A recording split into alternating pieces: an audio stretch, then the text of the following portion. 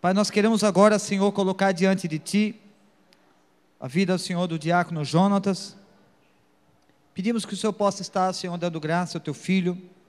Senhor, que o Senhor possa capacitá-lo para trazer o que o Senhor já tem colocado ao seu coração.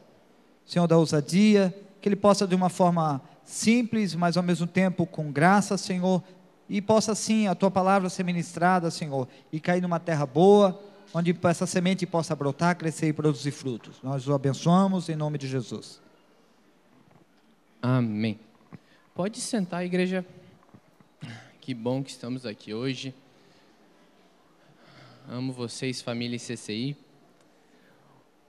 Hoje eu quero ministrar um pouquinho uma série de tópicos, mas basicamente em cima desta frase. Não há ser humano comum. Todos foram criados à semelhança de Deus. Não há ser humano comum. Todos foram criados à semelhança de Deus. Amém? Essa frase é de C.S. Lewis.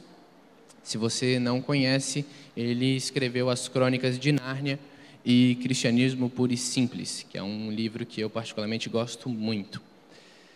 Às vezes, eu estou em casa, eu acordo. Então, vamos começar, né? Às vezes eu acordo e eu vou no banheiro e eu me olho no espelho e eu me acho lindo. É sério, às vezes eu olho assim e... Nossa, gente, eu sou lindo. Às vezes, eu acordo, vou ao banheiro, olho no espelho e digo, misericórdia, Senhor. E eu não me acho lindo. Às vezes eu me acho assim, Senhor... O que aconteceu? Às vezes eu me acho... Vamos colocar não lindo. Às vezes eu me acho... por que não feio? Varia. Depende do dia, depende de como eu me acordo, depende como eu me olho no espelho. Mas hoje, para começar essa ministração, eu queria falar para você que você é lindo. Amém? Olha para a pessoa que está do seu lado. Sempre quis fazer isso. Olha para a pessoa que está do seu lado. Se você tiver intimidade, diga, você é lindo. Se você não tiver intimidade, diga, eu sou lindo. Você pode falar para mim também que eu sou lindo, para eu não ficar aqui sozinho? Sou lindo? Não fala assim, gente. Vocês que são lindos. Pode passar, Léo. Vamos provar que nós somos lindos. Então, abra lá comigo rapidamente em Gênesis, capítulo 1, versículo 26. Gênesis é o nosso primeiro livro da Bíblia. Capítulo 1. Não é o 26 não, né? Eu botei 26, perdão, errei. Não, é o 26 mesmo, tá certo. 1:26.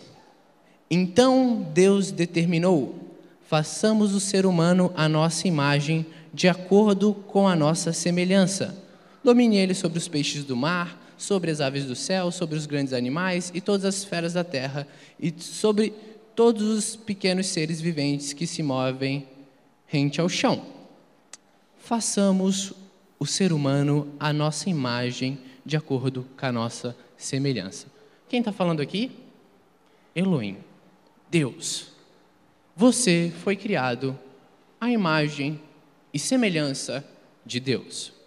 Se Deus é lindo, e Deus é lindo, você que foi criado à imagem e semelhança dele é lindo. Você é lindo, porque Deus é lindo. E ele fez você à imagem e à semelhança dele. Já vamos lá e já lê Gênesis 2, capítulo seguinte, versículo 7.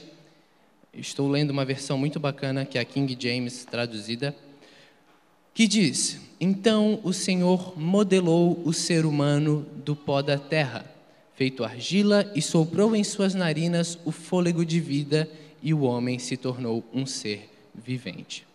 Você é a imagem e semelhança dele, literalmente modelado por ele. A gente tem a briga de homem e mulher, de que o homem foi o rascunho, veio a mulher e tudo mais.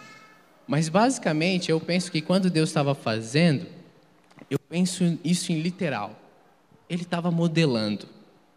Talvez o primeiro molde, assim, ele foi ajeitando, e ele modelou como ele queria. A imagem e a semelhança dele. Se você sair hoje daqui com a certeza de que você é lindo, porque é feito a imagem e semelhança dele, já está valendo a pena. Pelo menos você já vai ganhar a semana. Toda vez que você estiver meio mal, lembre-se disso. Então já vamos na mesma pegada, vamos lá em Salmos, capítulo 8.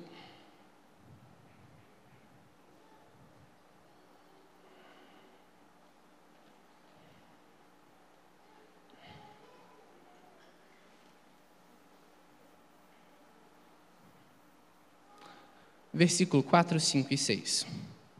Amém? Salmos 8, 4, 5 e 6. Pergunto: o que é o homem para que com ele te importes, e o filho de Adão para que venhas visitá-lo? 5. Tu o fizeste um pouco menor do que os anjos, e o coroastes de glória e de honra.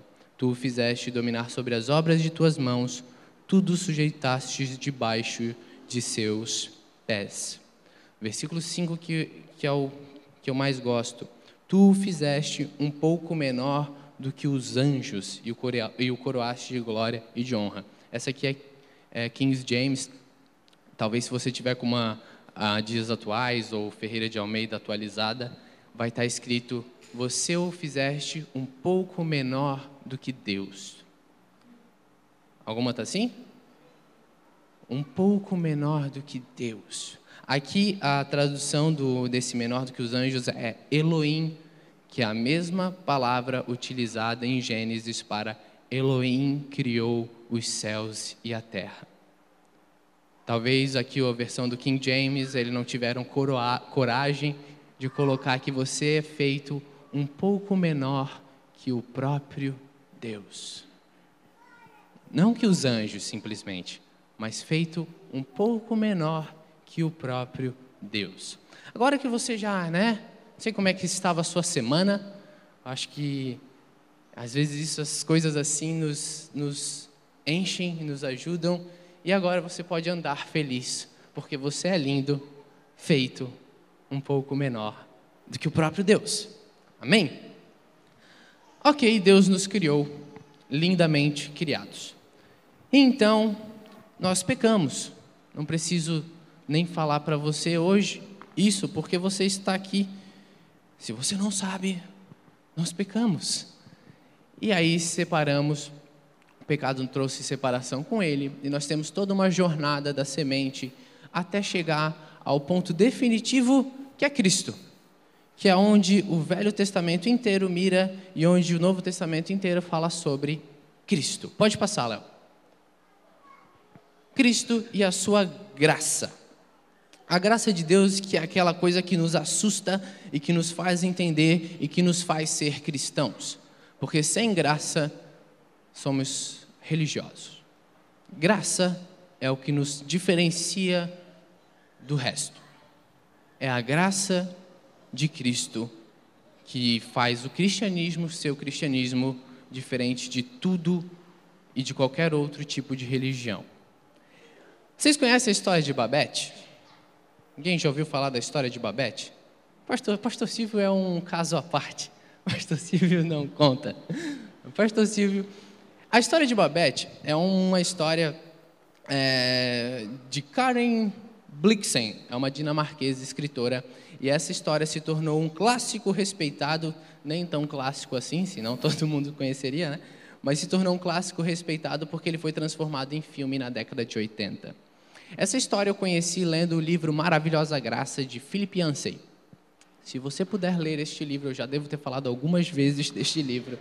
É um livro muito bom mesmo. Então, se você puder ler Maravilhosa Graça, leia. E eu queria contar essa historinha para você. Como eu sou assim um considerável fã de Philip Yancey, esta história em específico eu lerei. eu separei aqui e fiz um resumo rápido da história. E eu quero que você, nesse momento, imagine comigo, através dessa leitura, a história de Babette, ok? Há muito tempo atrás, numa galáxia... Tô brincando. A história se passa em uma pobre aldeia de pescadores no litoral da Dinamarca. Nesse ambiente meio triste, um ministro de barbas brancas liderava um grupo de crentes luteranos. Os poucos prazeres mundanos que pudessem tentar um camponês eram condenados por esses crentes. Todos usavam roupas pretas, sua alimentação consistia em bacalhau cozido e uma papa feita de pães escalados em água enriquecida com um borrifo de cerveja. Aos sábados, o grupo se reunia e cantava hinos a respeito de Jerusalém, meu lar feliz, nome sempre querido para mim. Eles haviam direcionado suas bússolas para Nova Jerusalém, e a vida na terra era apenas tolerada como um meio de chegar lá. O velho pastor, um viúvo, tinha 2 filhas adolescentes, Martine, chamada assim por causa de Martim Lutero, e Filipa, por causa do discípulo de Lutero, Philip Melanchthon. Os habitantes da vila costumavam ir à igreja apenas para deliciar seus olhos olhando para suas 2 filhas, cuja radiante beleza não podia ser ocultada apesar dos melhores esforços das 2 irmãs. Martine captou os olhares de um jovem arrojado oficial da cavalaria quando ela obstinadamente resistiu às suas investidas, afinal, quem cuidaria do seu velho pai? Ele foi embora para se casar com uma dama de companhia da rainha Sofia. Além de ser muito bela, Filipa também possuía uma voz de um rouxinol. Quando ela cantava a respeito de Jerusalém, visões reluzentes da cidade celestial pareciam surgir. E aconteceu que Filipa conheceu o mais famoso cantor de ópera daquele tempo, o francês Achille Papin, que estava passando uns dias no litoral por causa da saúde. Enquanto caminhava pelos poeirentos caminhos de uma cidade atrasada, Papin ouviu, para sua grande admiração, uma voz digna da grande ópera de Paris. Deixe-me ensiná-la a cantar da maneira certa, insistiu com Filipa, e toda a França vai cair aos seus pés. Ela aprendeu algumas coisas, porém recusou o convite. Passaram-se 15 anos e muita coisa mudou na vila. As 2 irmãs, agora solteironas de meia-idade, tentaram continuar com a missão do falecido pai, mas sem a sua séria liderança, a igrejinha estilhaçou-se. Um irmão tinha queixas do outro por causa de algum negócio, espalharam-se boatos de que havia um caso de sexo ilícito há 32 anos envolvendo 2 pessoas da comunidade. 2 velhas senhoras não se falavam há uma década. Embora ainda se reunisse aos domingos e cantasse os velhos hinos, apenas um punhado de pessoas se davam ao trabalho de ir, e a música havia perdido seu entusiasmo. Apesar de todos esses problemas, as 2 filhas do ministro continuaram fiéis, organizando-se os cultos e escaldando pães para os anciãos desdentados da vila. Uma noite chuvosa demais para que alguém se aventurasse pelas ruas lamacentas, as irmãs ouviram fortes batidas na porta. Quando abriram, uma mulher caiu desmaiada. Elas reanimaram e descobriram que não falava dinamarquês, e lhes entregou uma carta de Achille Papin. Ao ver aquele nome, Filipa enrubesceu a sua mão e a sua mão tremia enquanto ela lia a carta de apresentação. O nome da mulher era Babette. Ela havia perdido o marido e o filho durante a Guerra Civil da França. Com a vida em perigo, tivera de fugir, e Papin lhe arranjava uma passagem em um navio com a esperança de que essa aldeia demonstrasse misericórdia. Babette sabe cozinhar, dizia a carta. As irmãs não tinham dinheiro para pagar Babette e, antes de mais nada, não sabiam se deviam ter uma empregada. Mas, por meio de gestos e rogos, Babette amoleceu o coração delas. Ela poderia fazer alguns serviços em troca de quarto e comida. Durante os 12 anos seguintes, Babette trabalhou para as irmãs. Todo mundo está conseguindo imaginar? Babette chegou lá, muito sedenta e precisando de ajuda, e durante os 12 anos seguintes, ela trabalhou para as irmãs. Ela alimentava os pobres na cidade e assumiu todas as tarefas domésticas, até ajudava nos cultos de domingo. Todos tinham de concordar que a Babette trouxe nova vida à sagrada comunidade. Uma vez que Babette nunca se referia ao seu passado na França, foi uma grande surpresa para Martine e Filipa quando um dia, depois de 12 anos, ela recebeu a primeira carta. Babette a leu, viu as irmãs de olhos arregalados e anunciou de maneira natural que uma coisa maravilhosa lhe havia acontecido. Todos os anos, um amigo em Paris renovava o número de Babette na loteria francesa. Nesse ano, o seu bilhete fora premiado. 10.000 francos. As irmãs apertaram a mão de Babette, parabenizando, mas lá no fundo, os seus corações desfaleceram. Sabiam que logo ela iria embora. A sorte grande de Babette na loteria coincidiu com o momento que as irmãs estavam discutindo sobre a celebração de uma festa em homenagem ao centenário do nascimento do seu pai. Babette lhe fez um pedido. Agora, porém, tenho um pedido. Gostaria de preparar uma refeição para o culto de aniversário. Quero cozinhar uma verdadeira refeição francesa. Embora as irmãs tivessem sérias dúvidas a respeito do plano de Babette, que escolha elas tinham a não ser concordar? Quando o dinheiro chegou da França, Babette fez uma rápida viagem para providenciar os arranjos para o jantar. Nas semanas que se seguiram à sua volta, os habitantes da vila foram surpreendidos com a visão de vários barcos ancorados, descarregando provisões para a cozinha de Babette. Trabalhadores empurravam carrinhos de mão cheios de gaiolas com pequenas aves. Caixas de champanhe e vinho logo se seguiram. A cabeça inteira de uma vaca, vegetais frescos, trufas, fazões, presuntos, estranhas criaturas que viviam no mar e uma imensa tartaruga que ainda vivia mexendo a cabeça como de uma cobra de um lado para o outro. Tudo isso acabava na cozinha das irmãs, agora firmemente dirigida por Babette. Martine e Filipa, alarmadas com os preparos que mais pareciam de bruxa, explicavam a embaraçosa situação aos membros da igreja. Depois de alguma discussão, concordavam em comer a refeição francesa, resfriando os comentários para que a Babette não entendesse mal. Línguas haviam sido feitas para o louvor e ação de graças, e não para satisfazer gostos exóticos. Nevava no dia 15 de dezembro, no dia do jantar. Iluminando a aldeia obscura com um brilho branco, as irmãs ficaram satisfeitas ao saber que um hóspede inesperado se juntaria a elas. A senhora Louvain, de 90 anos de idade, estaria acompanhada do seu sobrinho, o oficial da cavalaria que havia cortejado Martine tempos atrás, e agora era um general do Palácio Real. A mesa estava linda. Quando a refeição começou, todos os habitantes da aldeia se lembraram do seu pacto e ficaram mudos, como tartarugas ao redor de um lago. Apenas o general comentou a comida e a bebida. Amontilhado, ele exclamou, levantando o primeiro copo. É o mais fino amontilhado que já provei. Quando experimentou a primeira colherada de sopa, o general poderia jurar que era sopa de tartaruga. Mas como se acharia tal coisa ali? Todos os outros convivas, as faces franzidas por profundas rugas, estavam comendo as mesmas delicadezas raras, sem nenhuma expressão ou comentário. Gradualmente, o banquete operou um efeito mágico sobre os habitantes da aldeia. O seu sangue esquentou, suas línguas se soltaram e eles falaram dos velhos dias quando o pastor estava vivo e do Natal que a Bahia congelou. O irmão que havia enganado o outro nos negócios finalmente confessou às duas mulheres que tinham uma rixa. Acabaram conversando. Uma mulher arrotou e o irmão ao seu lado disse sem pensar: Aleluia! O general, entretanto, não conseguia falar de nada além da comida. Estamos indo? Babette faz um jantar para aquele povo. Ela pediu para fazer um jantar à moda francesa. Ela era uma francesa de nascença. Então ela começa a fazer esse jantar para o povo. E um pequeno jantar de comidas exóticas. Eu nunca comi tartaruga, até onde eu sei. Não sei se é bom. Mas talvez seja. Se alguém comeu tartaruga, me diga.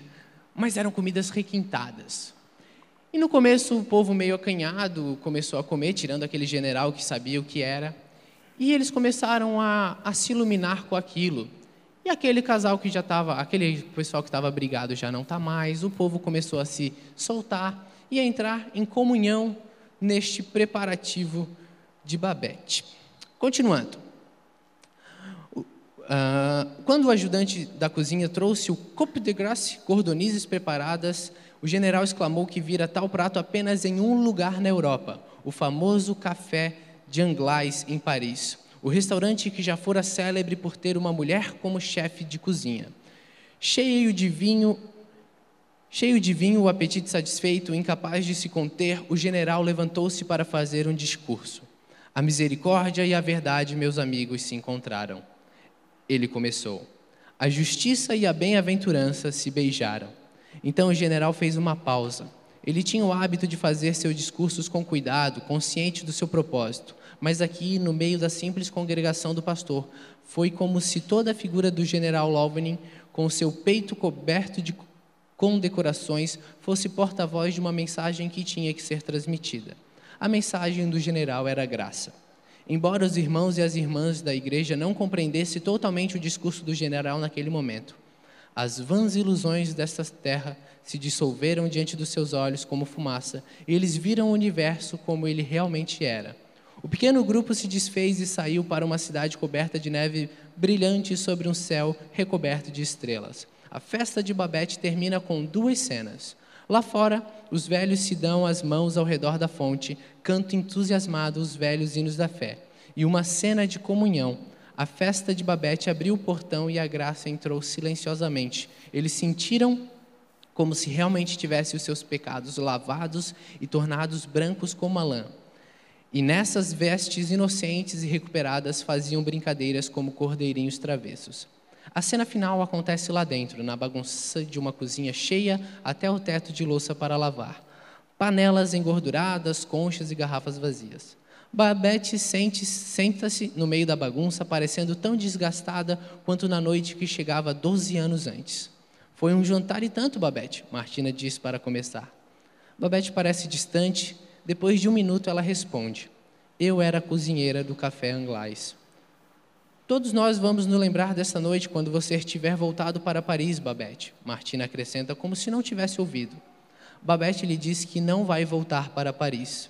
Todos os seus amigos e parentes ali foram mortos e feitos prisioneiros, e naturalmente seria muito caro voltar para Paris. Mas os 10.000 francos, perguntaram as irmãs. Então Babette deixa cair a bomba. Ela havia gasto tudo, cada franco dos 10.000 que ganhara, na comida que haviam acabado de devorar. Não se assustem, ela diz. É isso que um jantar adequado para 12 custa no café Anglais. A festa de Babette não é apenas uma história a respeito de uma excelente refeição, mas como uma parábola da graça, um presente que custa tudo para o doador e nada para o que recebeu. Isto é o que o general Lovening disse aos carrancudos paroquianos reunidos ao redor da mesa de Babette. Todos nós fomos informados de que a graça deve ser buscada no universo, mas em nossa loucura humana, a nossa visão reduzida, imaginamos que a graça divina seja finita. Porém, chega um momento em que os nossos olhos são abertos e vemos e entendemos que a graça é infinita. A graça, meus amigos, não exige nada de nós, a não ser que aguardemos com confiança e reconhecemos com gratidão. 12 anos antes, Babette aparecera entre aquelas pessoas desprovidas de graça. Discípulos de Lutero ouviam um sermão a respeito da graça quase todos os domingos e no restante da semana tentavam obter o favor de Deus com a sua piedade e renúncia. A graça veio a elas de forma de uma festa, a festa de Babette, uma refeição desperdiçando uma vida inteira sobre aqueles que não haviam merecido, que mal possuíam a faculdade de recebê-la. A graça veio à vila como sempre vem, livre de pagamento, sem cordas amarradas, como oferta da casa. Amém? Essa era a história de Babette. E o que eu quero que você entenda na história de Babette é uma das histórias da maravilhosa graça de Philip Yancey. É que isso é a graça. Ela ganhou na loteria 10.000 francos numa França antiga, poderia ser um dinheiro considerável. Ela gastou tudo que ela tinha naquele jantar. Tudo. Sem que aquelas pessoas que jantaram tivessem feito nada. Elas simplesmente viviam na vila e comeram as mais requintadas comidas que a França poderia preparar. Custou tudo para Babette, todo o dinheiro que ela tinha ganho. E não custou nada para as pessoas que comeram aquele jantar. Eis aí a graça. E essa é a graça que Cristo nos traz. É a graça que custou tudo para Ele. e não custou nada para você. Ele vem, se faz de homem, habita entre nós, morre, não só morre, ele vence a morte, para que eu e você tivéssemos vida eterna. O que você fez para isso? Antes de você nascer, ele já tinha feito o maior sacrifício possível. Não custou nada. Nada. E esse é o nosso problema como religião, né? Vamos falar como religião. A gente ainda quer negociar alguma coisa. A gente ainda quer fazer um trâmite. A gente ouve graça no sermão, que nem os nossos amigos da vila, mas durante a semana a gente tenta de alguma maneira se sentir justo o suficiente. A gente tenta de alguma maneira pagar pela essa graça. E a verdade, irmãos, como igreja a gente sempre tem, né, como fator fundamental a salvação. A nossa salvação é um dos principais motivos para estar aqui. Só que às vezes a gente está buscando a salvação e a gente fica buscando e a salvação está em algum lugar e a gente tenta se colocar de acordo com essa salvação e esquece que a salvação é pela fé. Você crê? Você crê que ele veio aqui como se fez homem e passou por tudo que a Bíblia diz e morreu no meu e no seu lugar? Você crê? Você é salvo. É pela fé. Você é salvo. E às vezes a gente fica lá, meu Deus, mas porque tu tem que ser salvo, tu tem que seguir a cartilha e tu não sei o que lá. E a gente começa a confundir as coisas. Porque, irmão, você é salvo se você crê. A partir de agora, a partir do momento que você é salvo, você começa a fazer as coisas. Não para buscar a salvação. Porque se você crê, você é salvo. Mas por ser salvo, você começa a fazer as coisas. Você começa a fazer boas obras porque você simplesmente é constrangido por o amor de Deus, que deu tudo sem você fazer nada. E então você começa a trabalhar para a igreja, você começa a ir atrás, você não aceita que só você viva isso. Você não faz as coisas para ser salvo. Você é salvo, por isso você vai fazer as coisas. Não negocie com Deus. Não chegue para Deus e, Deus, eu vou fazer isso, tu faz isso, eu faço aquilo e tu faz aquilo. Não coloque um mérito em você.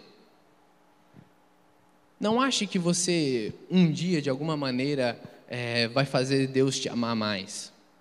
Ou pior, de alguma maneira, você vai fazer Deus te amar menos. Ele te ama. Ele te ama. Mas hoje eu fiz uma das maiores burradas que alguém pode fazer. Ele continua te amando. Talvez ele não esteja muito contente, mas ele continua te amando. Não pense que Deus é inconstante, que Deus começa meu Deus, agora ele está assim, vamos ver se ele vai ser salvo ou não. Não, a graça dele te alcançou. Agora, por ele te amar, e ele te amar de uma maneira que talvez a gente jamais compreenda, por ele amar nós e por nós entender esse amor, a gente vai fazer as coisas.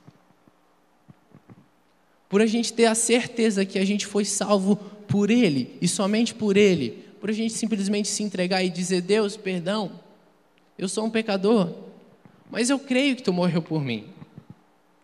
Por você crer, agora você começa a se moldar segundo a vontade dele. Ele te ama exatamente como você é, mas ele te ama demais para deixar você assim. E por isso ele quer moldá-lo. Mas entenda que primeiro vem esse amor. Entenda que primeiro ele morreu por ti. Entenda que não há mais sacrifício necessário, porque um único sacrifício foi suficiente. A partir do momento que a gente entende isso, a gente começa a viver por graça. E vamos vivendo por graça. Ok, a graça de Deus nos alcançou. Agora, porque Ele me ama, eu vou amá-lo. Você sabe por que você ama Deus? Eu amo Deus porque Ele é bom. Eu amo Deus porque Ele me salvou. A gente ama Ele porque Ele nos amou primeiro. Ele nos amou. E isso constrangeu, e agora a gente ama Ele. Jamais, jamais negocie, jamais ache que Deus é manipulável. Simplesmente entenda que Ele te ama e Ele quer o melhor para ti. Pode, no momento que você entende isso, você começa a fazer as coisas por causa desse amor. Amém? Pode passar, Sr. Léo.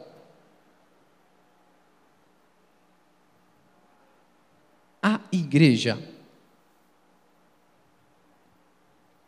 Eu e você. Irmãos, eu e você somos a igreja.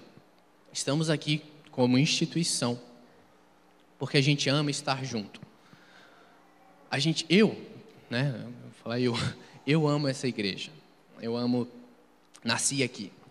E sou apaixonado por estar aqui em comunidade, sou apaixonado pelo trabalho que essa igreja já fez e gosto simplesmente de estar neste templo. Mas eu e você somos a igreja. Mas eu sou apaixonado por isso aqui. A igreja é a comunidade dos amados. Uma igreja a favor do homem e não contra o homem. Primeira coisa, você já entendeu que Deus te ama. Nós somos a comunidade. Que comunidade? Dos amados. Somos a comunidade de Deus que nos ama. Então se sinta bem. Você é parte da igreja fundada por Cristo, feito para mudar a história, mas você é essa comunidade dos amados. Qual é o nosso problema?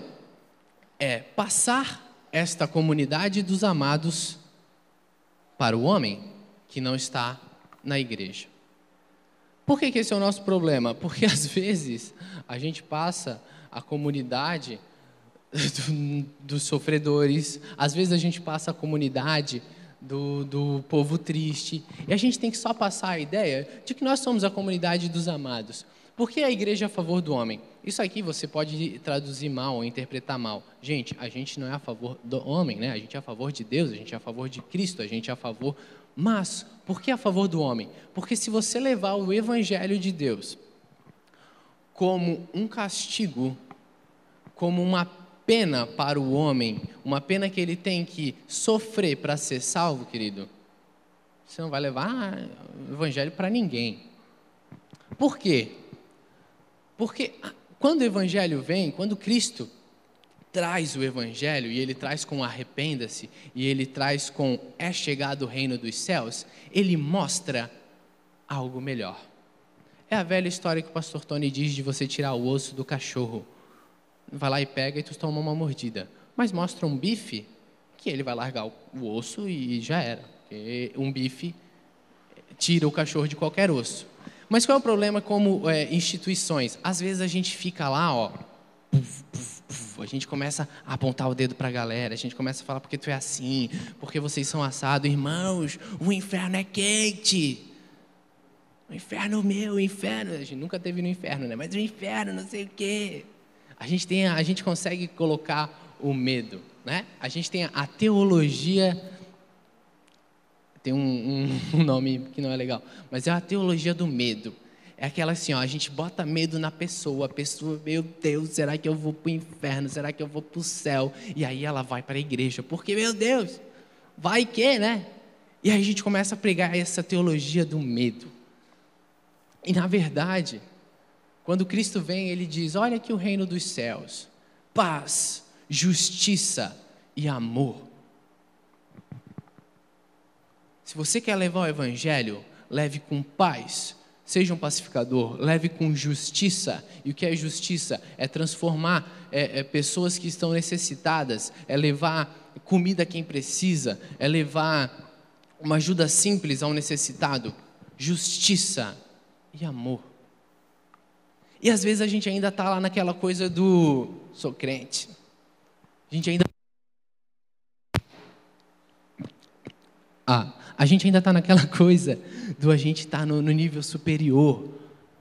Porque crente, se existe, tirando os argentinos, se existe um povo que gosta de levantar nariz, é crente. Porque crente, né? Crente sou crente. Tirando os argentinos, porque os argentinos... Tenho casado com os argentinos. Porque crente gosta de se sentir a raça superior. Mas... Deus é bom, Então, com misericórdia e graça, Ele vai nos moldando. E aí a gente vai entrando nessa zona do amor e a gente começa a pagar preço por vidas, a gente começa a levar graça e amor e paz e justiça para pessoas. E isso aqui vai sendo acrescentado e a gente não sabe nem porquê, mas porque simplesmente o Espírito trabalha em nós, através de nós e nos que vão se achegando. Isso eu acho maravilhoso porque a gente nasce na igreja, então a gente tem um monte, né? A gente vê um monte de coisa, um monte de defeito, e se a gente se juntar com um cara que não é crente, eu posso me juntar com ele e ficar falando mal da igreja e tudo mais. Mas tem um pastor, eu era assim, teve um momento que eu estava estudando lá fora e a gente começava a pensar, e aí eu comecei, nossa, a igreja, porque a igreja, o problema da igreja, até que algumas coisas foram batendo e eu comecei a entender que, não se preocupa com a igreja. A igreja é do Senhor, e eu sou a igreja, se preocupa com eu, igreja, e vai trabalhando. E 2, a igreja é maravilhosa. A gente começa a falar da igreja, eu participei de Bill Hybels ou Hybels, de Chicago, que ele faz o Congresso Summit, que é um congresso muito bacana que acontece em Chicago, mas ela passa em vídeo no mundo inteiro. E eu pude ver em vídeo por aqui. E ele é um cara que eu me apaixonei assim pela visão dele. É a visão da igreja como comunidade local.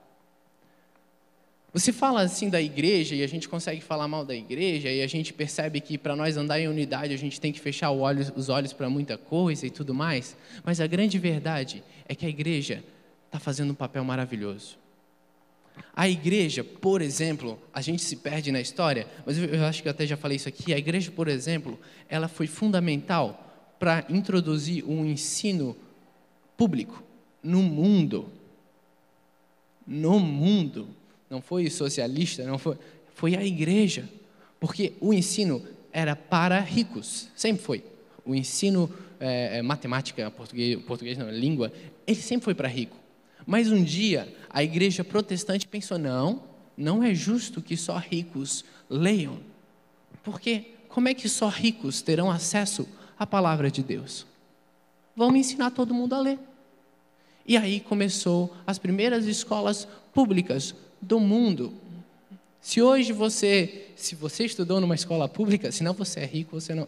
Mas se você estudou numa escola pública, foi porque um dia cristãos, uma igreja, decidiu ensinar numa escola pública. A casas de recuperação, a maioria das casas de recuperação do mundo são financiadas por igrejas. Eu tive na sede do Teen Challenge, do David Wilkerson. Não sei se você já leu o livro Foge, Nick, Foge. É um livro... O pastor Silvio já leu tudo. Foge, Nick, Foge. É um livro muito legal. É uma história que aconteceu em Nova York, em Brooklyn, e fala lá de pessoas que trabalhavam, que eram do mundo do crime, das drogas. E ali mostra também a história de David Wilkerson, que fundou o Desafio Jovem. E esse desafio foi implantado nos Estados Unidos inteiro e depois no mundo inteiro, que são casas de recuperações, que infelizmente a taxa de recuperação de adictos de drogados é pequena, mas cada pessoa que ele recupera é um valor inestimável. E tudo, gente, financiado por igrejas. Então, ao mesmo tempo que eu poderia falar mal de igrejas, eu poderia falar a igreja é maravilhosa. Ela está fazendo papel que muitas vezes a gente, como sociedade, não enxerga. A gente, como brasileiro, a gente está numa fase que a gente está destruindo, né? A gente está falando muito mal do governo. E com toda razão. Por quê? Porque a gente começou a perceber que o governo está com inúmeras falhas. E como brasileiro, como dono desta nação, a gente foi protestar. E só que às vezes a gente começa a colocar as coisas para o governo, porque o governo tem que fazer isso, porque o governo tem que fazer aquilo, e esquece que eu e você, como igreja, temos que fazer muita coisa. Quer falar lá por que o governo não faz não sei o quê? Às vezes tu podia fazer. Às vezes tu podia se reunir como comunidade, nós aqui, a gente podia fazer. Então nem tudo, muita coisa obviamente, nossos impostos e tem que voltar para nós, mas tem muita coisa que às vezes a gente precisa parar de jogar a bola para o governo, para não sei quem, para não sei o que lá, e começar a fazer. Por que não? É muito fácil mandar a culpa em qualquer um. E assim, gente, a gente é uma pessoa de oração, né? Mas se a gente for esperar por governo, é bom esperar dormindo, né? Porque sentado pode cansar. Então, tem coisa que eu acho que é bom a gente começar a pensar em fazer. Como eu falei, claro, nem tudo, tem muita coisa que o governo precisa fazer, mas tem muita coisa que eu e você, como igreja, poderíamos já estar fazendo. Amém? Pode passar, Leon. Isso aqui, eu acho maravilhoso, nós como igreja. Deus não considera cara de pau aquele que no caminho derramou lágrimas de arrependimento. Esse é o fator 2 da nossa caminhada como igreja, extremamente importante. 1, creia. 2, se arrependa. E o que é o legal? Você caminha na igreja e você vê um cara que foi lá, pecou, caiu. E tu, que coisa, né? E aí o cara se arrependeu e ele voltou. E aí ele pecou, ele caiu. E tu, meu Deus. E aí às vezes ele se arrependeu. Irmãos, se o arrependimento dele foi genuíno, amém. Sabe por quê? Porque eu e você como crente, eu estou falando de mim, eu me imagino vendo Jesus ser crucificado, de uma maneira muito ilustrativa, o ladrão da cruz, sendo crucificado ali do lado, e aí ele chega e fala, Deus, né, lembra-se de mim quando entrares no teu reino, e aí imagina eu olhando lá, muito fácil, tu passa a vida inteira fazendo, sei lá, o que ele fez, né? Ele foi crucificado, e ele era por justa causa, né, e aí chega na última hora, me lembra quando chegar no paraíso, o que é isso? Tá pensando que é quem? Fácil assim? Fácil assim. Eu chamaria cara de pau. Fácil assim. Ele se arrependeu e foi genuíno. Ele confessou, não, eu estou aqui porque eu mereço. Mas Deus, se tu entrar lá, lembra? Genuíno. Que é um caso extremamente conturbador, Davi. Quem foi Davi? O homem segundo o coração de Deus. Davi fez uma das maiores atrocidades que a Bíblia menciona. Davi era rei, tinha tudo que ele queria. Ele pegou a mulher de um camaradinha que foi o nome? O pastor Silvio. Urias? Urias, né? Urias. E aí ele chegou e para meio que se livrar, ele pegou Urias e mandou lá para o fronte de batalha. Para Urias. E aí, depois de um tempo, esse cara, Davi, foi chamado do homem segundo o coração de Deus. Aí, às vezes eu ficava pensando, né? Esse aqui não foi eu que pensei, eu vi um pastor falando isso. Ele falou, pensa Urias falando com Deus. Deus, Davi era o homem segundo o teu coração? Aquele cara que pegou a minha esposa e me mandou para a morte? Então, Deus, me explica como é que funciona, porque eu não entendi. Como é que ele é o homem segundo o teu coração e o cara me faz isso? Me explica, porque não está fazendo sentido para mim, Deus. E Urias lá, né? Talvez, não sei se Urias tinha essa coragem de falar com Deus assim, mas é ilustrativo, né? Mas por quê? Porque quando Davi foi confrontado, ele derramou lágrimas de arrependimento. Porque quando ele foi confrontado, ele se arrependeu de verdade. Irmão, não sei se você sabe, mas tu é um pecador. Não sei se tu está se achando santo, mas tu é um pecador. Eu sou um pecador, porque todos pecaram. O que a gente precisa é derramar lágrimas de arrependimento. Derrame lágrimas de arrependimento. Talvez, quando você derrama lágrimas de arrependimento, você começa a se moldar de acordo com Deus, de fé em fé, de glória em glória, aos pouquinhos, Deus vai te moldando. Irmãos, tu vai pecar de novo. Que coisa feia. Mas se arrependa. E se arrependa. E molde o seu coração. Lute com a carne, lute com o mundo. Mas tenha essa certeza de toda vez que a gente falhar, e a gente falha. Toda vez que a gente pecar, a gente peca. Que a gente se arrependa. Que a gente volte para Cristo e diz: Deus, perdão. E aí a gente vai indo de fé em fé, de glória em glória. Quando a gente tiver essa certeza absoluta de que eu e você, santos pela Bíblia, santos através de Cristo, porque Ele nos santifica, mas pecadores. Quando a gente tiver essa aí, a gente vai começar a olhar para o cara lá fora, e a gente vai se sentir até meio amigo. Pô, cara, até que me identifico. E em vez de olhar de cima para baixo, a gente vai chamar tem mais um monte de pecador lá, quer se juntar? Se junta. E aí a gente vai, como comunidade, crescendo, conforme Cristo quer que a gente cresça, se moldando à vontade dEle, crendo e se arrependendo. Amém? Pode passar logo. Não terceirize o que Deus lhe deu para fazer. Não terceirize o que Deus... Eu falei ali do governo, às vezes a gente terceiriza, né? Pô, por que o governo não faz nada? Está terceirizando, querendo que o governo faz. Mas agora eu queria falar para você, assim, você especificamente. Aqui, nós como instituição, quando a gente se une, a gente consegue atingir um público muito maior. Por isso que a instituição igreja é fundamental. Por isso que a igreja local é importante. Porque unidos a gente faz mais. Se tu quiser mudar o mundo sozinho, só lamento, não dá. Mas quando a gente se une, a gente consegue fazer uma ação social, a gente consegue fazer várias coisas. Qual é o problema? É quando Deus coloca algo para você fazer e você olha para a instituição igreja, para a comunidade cristã no caso, e diz: por que a igreja não faz nada? Por que a igreja não está fazendo não sei o quê? Por que a igreja não faz não sei o que lá? Por que a igreja não está vendo isso?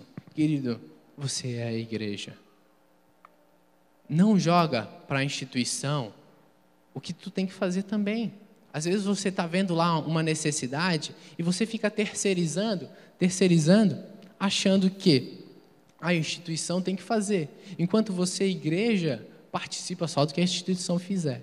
Você não pode ficar só terceirizando o que Deus disse para você fazer. Então, começa a pensar assim. Quando Deus queima algo no seu coração, irmão, é para você fazer. Às vezes, você tem que chamar mais pessoas. Deus queimou para ti um projeto, alguma coisa, é aquilo que tu tem que fazer. Sozinho, não vai dar. Mas chama o teu líder, chama a outra pessoa e faz. O que tu não pode é só deixar deixa a instituição. Alguém tem que fazer isso, pelo amor de Deus. Às vezes, você precisa fazer. Por que Sodoma e Gomorra foram destruídas? É uma pergunta. Por que Sodoma e Gomorra foram destruídas? Pastor Silvio, Pastor Silvio não conta. Por que Sodoma e Gomorra foram destruídas? A resposta de muitos é: porque ela estava contaminada pelo pecado e prostituição e tudo mais, né? Foi por isso que ela foi destruída, obviamente. Sodoma e Gomorra não se arrependeram e tudo mais. Mas por que Sodoma e Gomorra não foi destruída? Porque não havia 10 justos nela. Se tiver não sei quantos justos, não vou destruir. Se tiver, não vou destruir. Se tiver 10 justos, ela não seria destruída. Era uma cidade horrível, pecado, prostituição e tudo mais, mas não tinha 10 justos. Por isso ela foi destruída. E a questão é, por que Itajaí não é destruída? Porque tem que ter mais de 10 justos aqui. Mas sabe o que é o legal? Aí a gente às vezes pensa, então se tivesse 10 justos em Sodoma, em Gomorra, eles ficariam lá de boa e o pecado ia continuar, né? Mas Deus não ia destruir por causa dos 10 justos. Não, sabe por que ele não seria destruída? Porque 10 justos numa cidade como Sodoma e Gomorra transformariam Sodoma e Gomorra. 10 justos lá transformariam aquela cidade. 10 justos começariam a trabalhar na vida de mais pessoas e virariam mais justos, e aí aquela cidade não precisaria ser destruída. Não porque os 10 justos precisam viver, mas porque eles seriam agentes de transformação naquelas cidades. 10. E eis aqui quantos justos. Eis aqui quantos justos. Nós, como justos em Itajaí, não mais em Sodoma e Gomorra, mas agora em Itajaí, na cidade que Deus te chamou, na cidade que você vive, você tem que ser esse agente de transformação. Porque há pessoas lá fora que precisam. Não porque, meu Deus, tadinhas e coitado, mas porque elas precisam viver esse amor que tu vive. Porque elas precisam viver o que Deus tem feito na tua vida. Porque elas precisam entrar nessa comunidade de pecadores e se sentirem amadas. Porque elas precisam começar a largar essas coisas do mundo e vir para cá. Não porque, só aqui, né, meu Deus, senão elas vão começar a botar medo e elas vão, o diabo vai não sei o quê, não sei o que lá. O diabo é mau, gente, ele está aí, ele veio para matar, roubar e destruir. Mas que você possa levar para elas um Cristo que é muito maior. Um Deus que é muito maior. Eu estava vendo um podcast não cristão, e o tema era o diabo. E eles falam um monte de coisa, tal, e blá, blá, blá. Mas o que eu achei legal é que eles, como não cristãos, estavam falando, poxa, às vezes a gente fala tanto do diabo, né?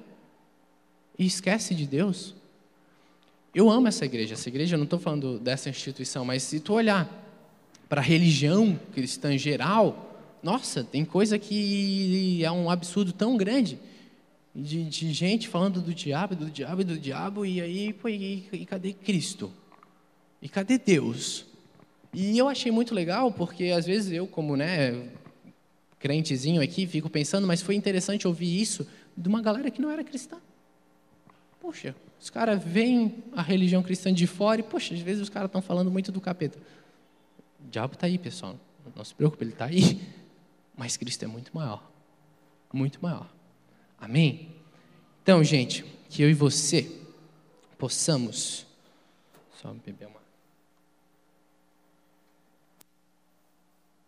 Que eu e você possamos ser esses justos que transformem essa cidade.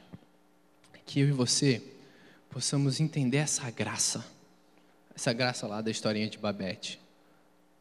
Custou tudo para Deus e nada para você. Não se vanglorie do que Deus fez. Deus detém toda a glória. Se tiver que se gloriar, se glorie em conhecer Ele. Mas que, apesar de tudo isso que eu falei, a gente também não esqueça que a gente é lindo. Não, uma finalizada, a gente é lindo. Mas para a gente terminar, abra comigo em Apocalipse.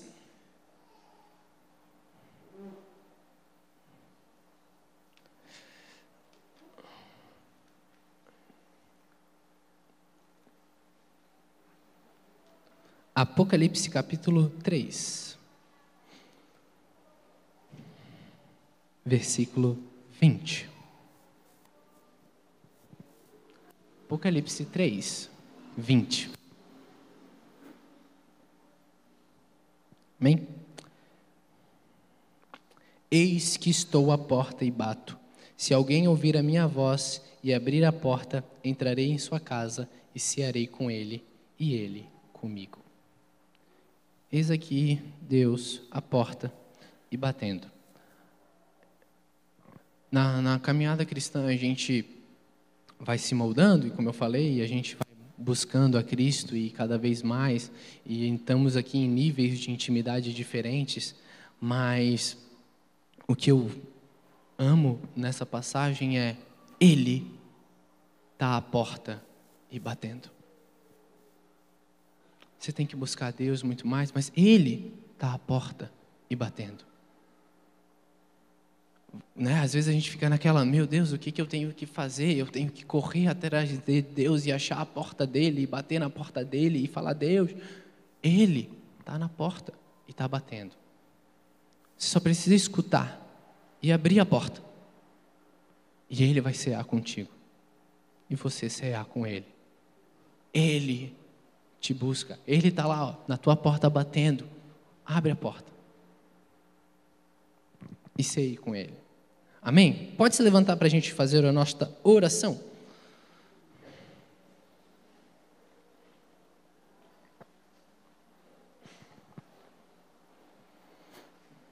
Amém.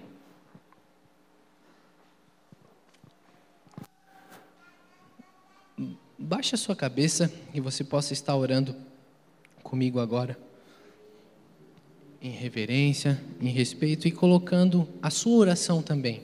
Não somente a mim, mas é que a sua oração seja entregue nesse momento. Senhor Deus e Pai, obrigado, Deus, obrigado, Papai, porque Tu és bom.